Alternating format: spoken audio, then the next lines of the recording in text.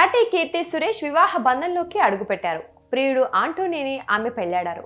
గోవాలోని ఓ popular రిసార్ట్లో వీరి వివాహం వేడుకగా జరిగింది.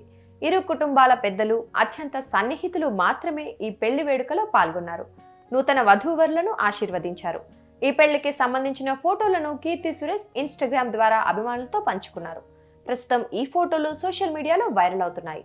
ఇక కీర్తి సురేష్ పెట్టిన ఇన్స్టా పోస్ట్లో సెలబ్రిటీలు అభినందనలు తెలుపుతూ కామెంట్లు పెడుతున్నారు.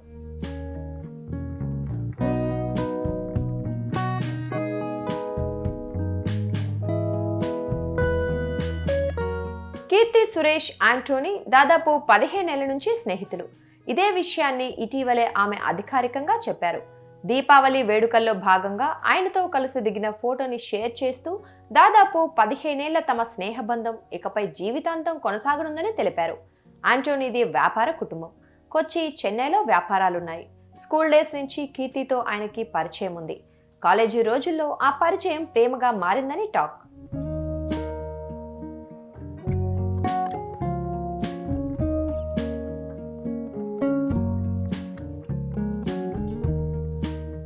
ఇక కీర్తి సురేష్ సినిమాల విషయానికి వస్తే ఆమె ఇటీవల రఘు తాత సినిమాతో ప్రేక్షకులను అలరించారు.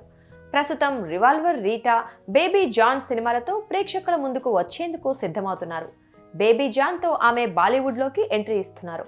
వరుణ్ ధావన్ హీరోగా నటించిన ఈ సినిమా క్రిస్మస్ కానుకగా డిసెంబర్ 25న విడుదల కానుంది.